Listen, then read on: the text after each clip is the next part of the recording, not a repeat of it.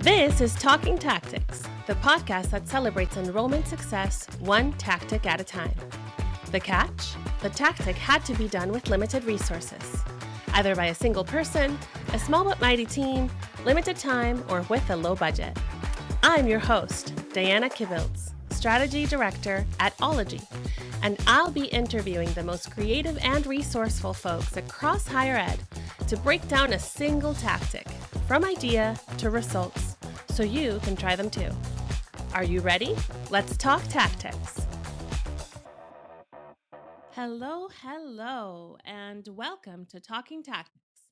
I am your host, Day, and the episode I have for you today will be one of the most fulfilling for me yet.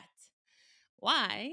Because when I was still working at a campus, one of the things that I tried to do every single year and failed was to eliminate the traditional 60-plus page printed viewbook.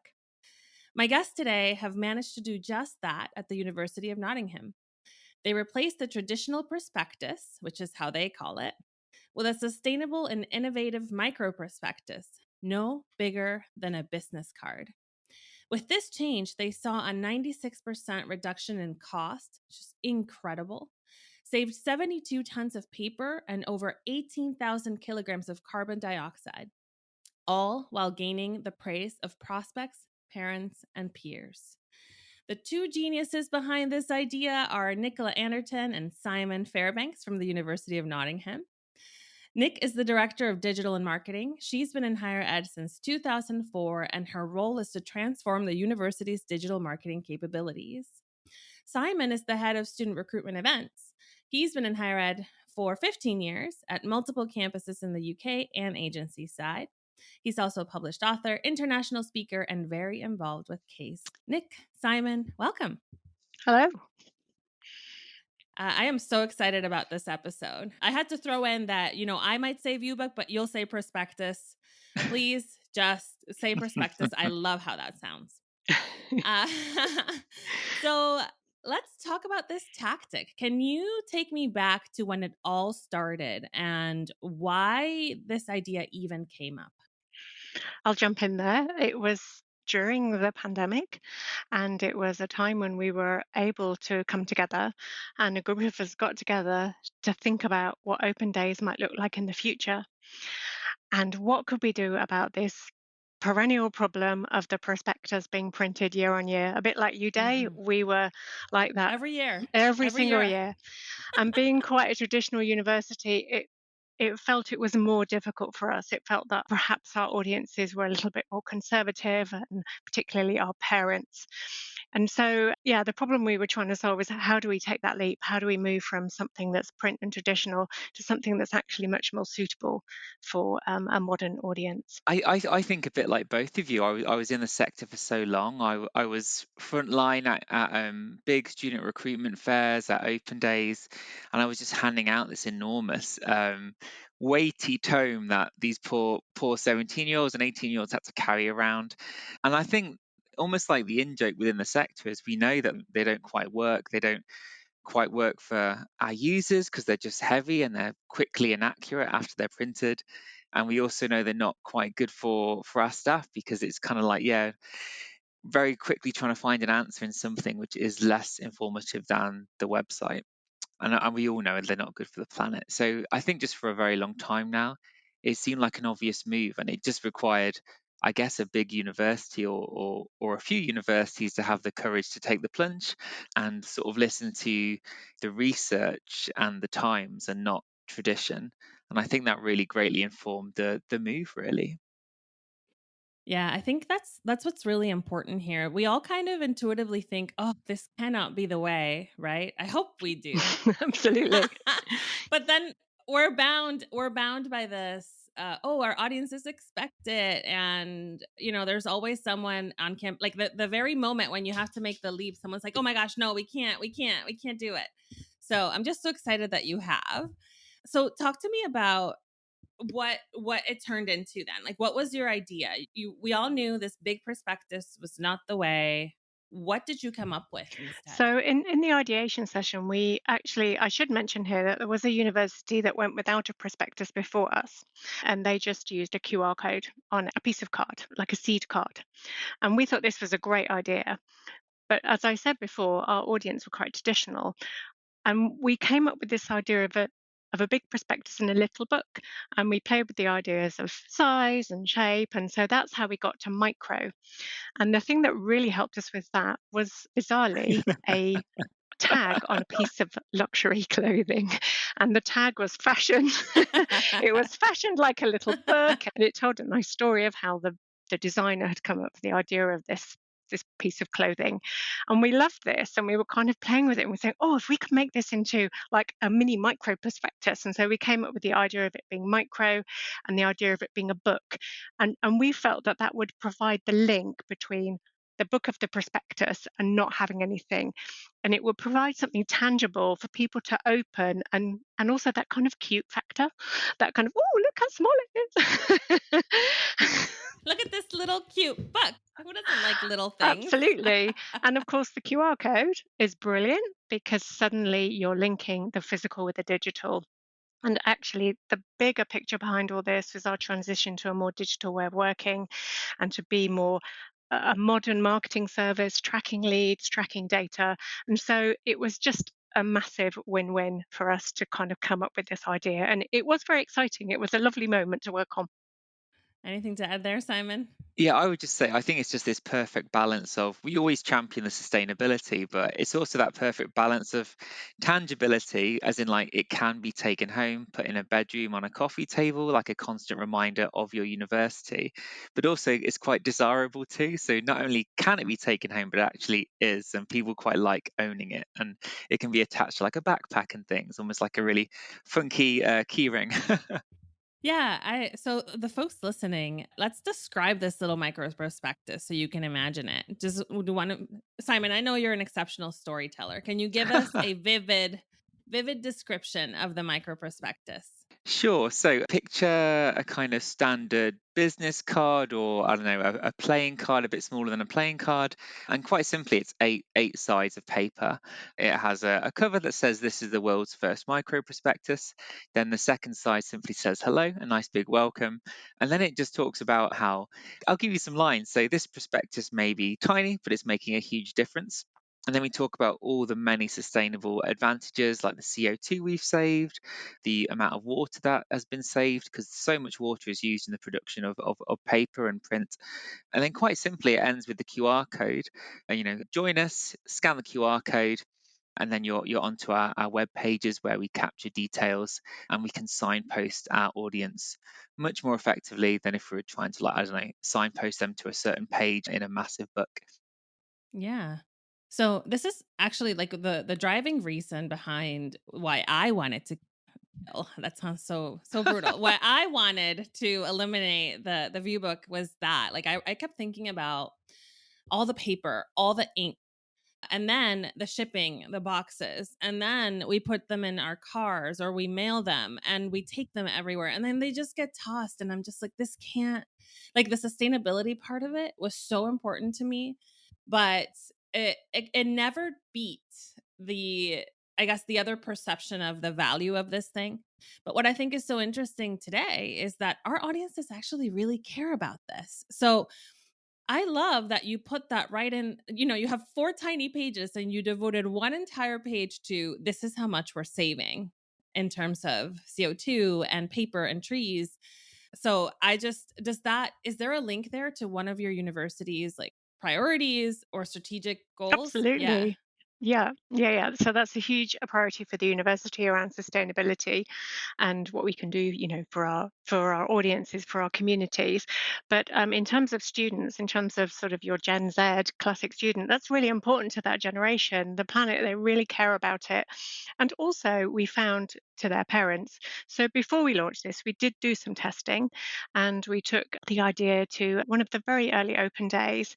And what blew me away was, I mean, I literally went round and spoke to these people. I spoke to students, I spoke to prospective students, I spoke to our staff, and I spoke to parents.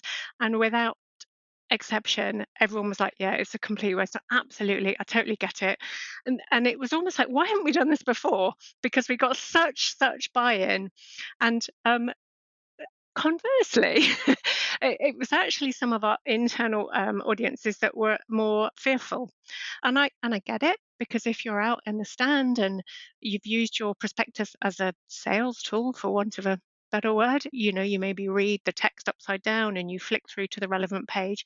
It's a really useful tool, and so we did have to bring those people along with us and think about what else we would provide them with instead. So whether that was information digitally. So it wasn't just a case of throwing out, the baby with the bathwater. We thought about the whole experience of whether it's an outbound event or an inbound event. And we spoke to the people that deliver those to understand what the pain points were and how we could best resolve them. And that's kind of more my side of the fence, isn't it? So the student recruitment folks, and like Nicola said, we weren't empty-handed by any means. We were giving tablets so we could access the website, and we can get to the right points super quickly now, just from like lots of experience of using that and answering questions. But also, it is a privilege to be at a busy, bustling student recruitment fair in London, where you never get a moment's rest. But each and every one of those micro prospectuses you hand out, it always gets a smile. It gets like an appreciative raise of the eyebrow, and if there's a parent there, they very much love it too. That's fantastic. So you started talking a little bit about stakeholders, and your the step one of your implementation was doing a little research. Talk to me a little bit more about what that implementation looked like. So you started with the focus grouping, really. Then you started gathering requirements from other stakeholders. What else? What was next? How did you make this happen? So we worked with an agency to kind of try and bring the concept to life. So, we showed them the tag and said, can you make it look a bit like this, but can you make it a business card size? We wanted to kind of keep the costs down at every stage. And by choosing a business card size, that's a standard size. So it meant that other things fit, and you could get those things easily. We also started to already at that stage extend the idea. So we thought about, as well as a traditional prospectus, in UK universities, a department or a school or a course or a program might have its own brochure. And so we wanted to reduce that print as well. So we got these additional extra little tags that you could hook onto your prospectus to essentially personalize it. That's great. Oh my gosh. It is like a key ring where the little pages are keys. I love it. Okay. Is it little Pokemon cards, collecting That's it. them? I'm looking at my son's Pokemon cards right now, so I'm just like, Yeah. And who doesn't like to collect? Yes. Oh, I love that. Oh my but gosh. it is like a catch them all situation. But it was great because we took it on the road to a series of postgraduate recruitment fairs last autumn, and because we had so many swing tags, we call them, we could tell the most popular topics by which ones were being scanned. So it taught us that funding and our engineering degrees were most popular with postgraduate audiences. So again, going back to that measurability and those insights is just fascinating. Yep. And so I also mentioned how we gave people going out to fairs additional tools, and we also created what we call a lookbook. And what we mean by that is something much more like the fashion world. Fashion is inspiring this whole thing here. Absolutely. The fashion and architecture. So when you think of big fashion brands and they have their autumn winter 2024 or whatever it is, you have these great big books and they're beautiful photography. And we wanted to create something that gave that wonder, because we had no photography at all in our little booklet. We wanted something there. But these were not to give away. These were tools that you would take and show. And we made those. We played again with that size idea, and we made these macros. So these were big, giant books, and again, so they had a bit of an impact on the stand or at the fair. And all of this was brought together by working closely with a photographer, Paul Tate, who's amazing, and design agency Digitronics. And what was lovely is that everyone loved it and got it. And so it was a case of everyone coming together to pull the final thing out of the bag. That's incredible. So you had the little micro prospectus with the different tags for any of your internal stakeholders that felt they needed something. Each one of these had a QR code, right? Then you have this beautiful lookbook with photography that your events folks and your recruiters are taking to fairs, that kind of thing. Anything else that you launched as part of this whole package? Well, we in person wise, we kind of did an in person launch and an online launch on the same day. So this is like the day of the first. We call them UCAS fairs. It's basically the first big student recruitment fair in the UK. So on that day, the 1st of March 2022, we launched in person with the lookbook and the micro-prospectus itself. But we also did an amazing sort of online launch, which was like, an omni-channel across social media, a post on all of our flagship channels, and just this really lovely video kind of showing it off a little bit. And it gained huge traction. It kind of brought the micro-prospectus to the people who couldn't be there in person, overseas audiences, people not at the fair that day. So it was like a big celebration, really. It's kind of like the best of online and offline all at once. Yeah, that sounds great. It sounds like a product launch, keeping our fashion analogy here. So, okay, let's talk about some of the challenges then. So, we kind of alluded to maybe the internal audiences being a little bit hesitant. What challenges did you face? So a key one was a technical challenge. So we have this lovely vision of how it's all going to work in the future, but we weren't quite there yet with some of our technical capabilities, and we're developing that as we go along. So we did have to quickly kind of stand up a form. I think this form, the data would tell us that this form is not particularly engaging. It's probably too many data fields to fill in and we're putting people off. But for me, this is all part of the learning process. And as we're developing our digital estate, we will be able to develop those things further. So there was a real technical issue. I think, Simon, again, I think I'd hand over to you here. There were some difficulties, weren't there, on with some people engaging with it? Yeah, I think there's always a bit of nervousness about being at a big student recruitment fair and not having the answers in your hand, just after decades of always having it with you. So Fritzy, I remember like I was at a university a long time ago that went from prospectus to sort of mini guide, which still had loads of information in, but even that got people nervous. So to go all the way down to micro level, yeah, you get a bit of cold feet, I guess, because there's a lot of questions coming at you. So I think that's probably why my immediate peers were a bit nervous.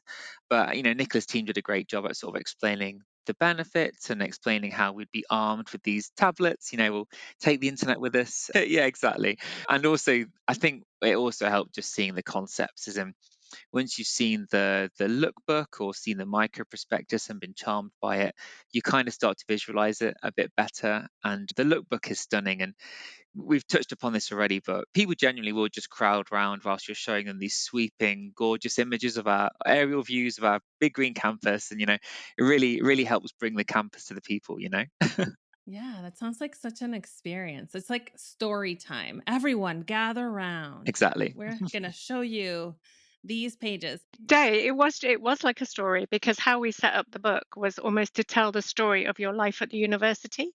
So we begin with images around the first impressions of your campus, what it's like settling into your room, and then we kind of tell the story of your first day in lectures. And then by the end of the lookbook, there are some graduation pictures, and we even have a bit where you're struggling with your essay. So you've kind of got your narrative where you've got the hero struggling and then coming out the end with their beautiful graduation story. In higher education, it's almost impossible to truly stand out. Ologie gets it. As a branding and marketing agency that focuses on education, they understand what makes you authentic is also what makes you distinct. Ologie offers award-winning creative, smart strategy, innovative thinking, and expert digital marketing. Most of all, they'll help you connect with your audiences, bring your stakeholders together, and achieve the results that matter most to you. Want to find out more about how you can build a compelling brand or campaign? Visit ologie.com. That's OLOGIE.com. And mention that Day from Talkin' Tactics sent you their way. So here's the thing. I feel like we need to bring the lookbook back for another episode where we're just talking about the lookbook. How does that sound? It's one of the companions of the micro prospectus, and we're talking about the micro prospectus today, but I want to hear more about this lookbook. So I'm inviting you back just to talk about that. I love that you're mentioning, the recruiters and the folks that go on the fairs, because as someone that has done that, and many of our listeners are in that exact role, like that's definitely one of the greatest fears, especially when you have your newly trained recruitment officers. They don't know all the answers. Like, this is how you feel like you're guaranteeing that they're not giving out any misinformation, right? But the way that you solve this that I love is that you understood that this view book is more an internal tool than it was something your audiences wanted or needed at the time or in that way. And I think that's what's really important for our listeners. Really think about who's resisting and why, and how we can better equip those folks with the information they need without necessarily being tied to printing 100,000 copies of a 60-page book. So that's really smart. User centric. I think that's it. I think if you were just thinking about ourselves, it wouldn't be a goer. But as ever, it's the user need, and they need accurate information. And the risk with a prospectus that lasts the whole year is that the moment you hit print, it might become out of date. It's also a lot more, it's quite limited. I mean, it's essentially paper, isn't it? Like, whereas with a web page, once you get them on there, you can throw in audio and video and links to more relevant content. And it's just also infinitely more accessible. I just think that the advantages of getting them to the website are overwhelming, really, much more so than a book. So essentially what we've done is taken a big signposting document and made it small and memorable and keepable, and it does its job. It gets people to where they'll find the most accurate, timely, beautifully presented information. So I love how you said it does its job. Let's talk about that. It's time to talk results. I can't wait to hear. So tell us everything. What did you notice? What metrics changed? What was the feedback? We'd already talked about the environmental impact, so that was huge, and those figures were per year, and we're now in our second year, so we're doubling that. So it is a really significant environmental impact, and similarly, the costs are phenomenal in terms of, I mean, without giving too much away, we're approaching £500,000 savings in the next 6 months, and that's a lot of money, and that's just in the costs. That's not in staff time. If you think how much time it takes to pull together a prospectus, going back and forth and checking and all the rest of it, so it is intense. So, and really, really brilliant metrics there.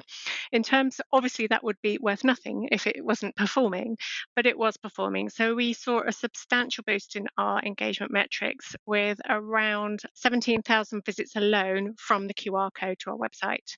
So that was a huge jump, and that's again been for 2 years. The leads are more disappointing, but I think that's because I talked about our lead capture mechanism is not up to scratch, and I think that will improve once you can authenticate through your Facebook and your Google or whatever. So we're looking to improve that. But we also noticed a halo effect around our website. So in that year, and this was surprising for me because it was post-pandemic and people were around they weren't maybe so reliant on digital channels, but just after the pandemic, when people started coming back and visiting, we saw a huge leap in our website interaction, and so it's that sort of halo effect for our student recruitment. All in all, that was pretty good in terms of the actual performance, and then we did get accolades from other areas, didn't we, Simon, as well? So it was quite nice to get our peers. Yeah, that's it. We got praise from kind of sector peers, and obviously like the students and the parents that we've already spoken about, but also kind of just marketing peers. There's this LinkedIn profile called Famous Campaigns, and they championed us, and they're not even HE specific, but it was just great to get that recognition. And who is like he who did a really love tweet about how good it was and how their 17-year-old spent all day at a recruitment fair, and the only piece of marketing they came home with was our micro-prospectus. And he was like an editor of this very famous travel magazine that has been that has a big readership in the UK. And we're like, wow, even like these leading kind of editors who produce print are praising us. So we were just chuffed to bits, really. One thing that I really like about it is its replicability, if you like. It's almost given permission for others to do this. So we have seen a huge increase in people going down this route. And that is all the better for the planet, because it's not just us that were producing all this print, it's all of the other higher education and non-HE institutions. So we've seen a number of people who've been influenced by our campaign, and they produce their own. Some people call it a pocket prospectus, some people just call it a micro prospectus, some people have done other things with a kind of a credit card type approach, and it's just been really, really gratifying to see, because that is all to the good. Yeah, and like this is exactly why I desperately wanted you to come on the show. It's one, I've had this same kind of goal my whole career and I never could do it, but if the University of Nottingham can do it, anyone can do it. I mean, everyone should follow your example. Because, it's working and it's true. The more schools that do this, the better it is for everyone. And it isn't something I love that you're not afraid of anyone stealing your idea or anything like that. I just love that. So, talk to me about what you learned in the first year that you are changing for the second year. So the first thing we learned was that we thought we were being really green and sustainable. And as soon as we published it, a few people noted that we had a little ball chain on the first iteration, and that was so you could put the tags on. And we loved this idea. And also, I think it was influenced by one of the luxury clothing things that we saw. And and it's a lovely design feature, but actually it's not that sustainable. So the first thing we did in the next iteration was change that to a kind of a hemp tag, so that that is entirely biodegradable and sustainable. It's not, not taking huge amounts of resources to produce. So that was the first thing we did. We started to roll out more of the tags. So we tested those at open days to see how they would go down, and they went down really well. We learned that we needed somewhere to display something better to display these in, other than just sort of sitting as they were. I can show you on the screen, Dave, but it's not helping our listeners. So we explored standard perspex of things that you would get with a business card, but they're perspex, so that's not any good. So now we've gone down the route of, again, we're looking for some sort of more either recyclable card, or what would you call that type of wood? That fast growing wood. Anyway, we're looking at that at the moment as well, and we've got a prototype in development. So it's the gift that keeps on giving. We were literally showing images this morning about that. So yeah, we're always iterating. And another thing that we did was we took the lookbook and did create a digital version. So it's kind of it gets its debut at recruitment fairs, but then if people are willing to kind of engage with us and leave some details, they do get sent like a digital version, almost like a keepsake. So again, always learning really to take online offline and take offline online. Yeah, and that's what I love about this tactic. You didn't fully go in one direction or the other, right? It's just a better mix that's serving your audiences. You still kept the tactile printed keepsake thing, but there's a whole digital enterprise behind it supporting it. So you don't have to go all the way in to digital and no paper at all. You just have to think about what your audiences actually want and need, right? Indeed. Just one last audience we haven't mentioned actually is our agents. So I'm sure other colleges that listen to this podcast will be using agents to recruit. And so we did print a slightly smaller um, lookbook that would fit in one of our traveling salespeople's luggage that we would leave with our agents, and we personalised that for each agent, so that it was like the partnership between us and them, so that they could show international students the same images that we were sharing at our UK fairs.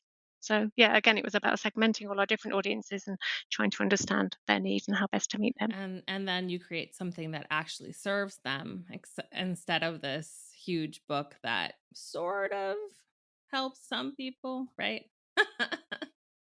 Thank you so much, Nick and Simon, for sharing this tactic with us. Is there any place online where our listeners, who I'm sure are now dying to see this, where they can go and take a look at what it all looks like? Well, they can Google micro-prospectus and it will come up with a video. Um, and they can sign up and they will get the lookbook. Yes, go ahead, Simon everyone. is. I think that's probably the best thing to do. It's on YouTube, the video, but also just Google it and you will come up. Yeah, absolutely. And if people want to reach out to you too and ask questions, is that okay? Can they do that? Of course, Where do you want yes. them to reach you? So as for me, they reach me at Nottingham on my Nottingham email, which is nicola.anderton@nottingham.ac.uk. Yeah, and I'm Simon.Fairbanks at nottingham.ac.uk, or LinkedIn is good too. Perfect. Well, I suspect you will get some questions because I think there's lots of us out there that just really want to do something about this viewbook/prospectus and haven't been able to. And we just need someone to say, yep, this is how, and help us convince our bosses. Right? I think so. Absolutely. Well, the numbers always help. The numbers The money help. numbers help. The money numbers help. Think about where else you can invest all that saving. Exactly. Well, you can just use it to make the website stronger, more agile, more personal. Exactly. Anything else? Yeah. All right. Well, thank you both so much. That's the end of our episode today. I'll say this as parting words. There is a time and a place and a purpose for print. And I think especially about some of the audiences that have restricted access to internet, there is definitely a purpose of a printed view book or prospectus in that case. What I want you to think about and what I want you to question is if it's the right approach for everyone, instead of maybe taking the approach Nick and Simon took, where they really thought about different audiences and what the best tool would be that served them.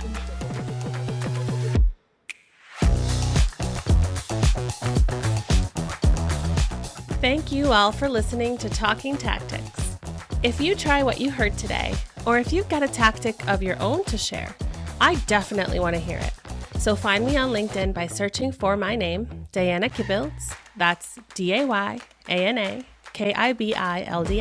And if you're enjoying Talking Tactics, please rate and review the show, because there's nothing I love more than a good grade and positive reinforcement. Finally, if you just can't get enough of good podcasts, the Enrollified Podcast Network delivers with an amazing selection of other marketing and admissions-focused podcasts just for you. Go show them some love. See you next time.